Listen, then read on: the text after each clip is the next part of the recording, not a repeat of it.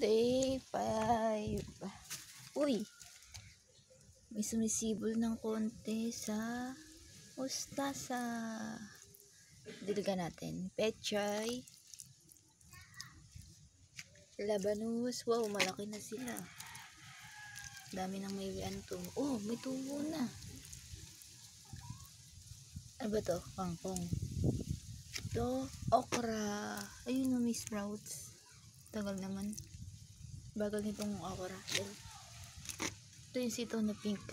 Napaka-imposible itong tumubo. Buti pa yung brown na yung buto. Tumutubo. Yung upo, ba't ganun? Ayaw mabuhay.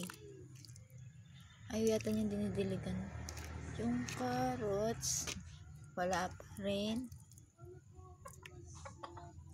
Kalamansi, wala pa rin. Yay, day 5. Day 5.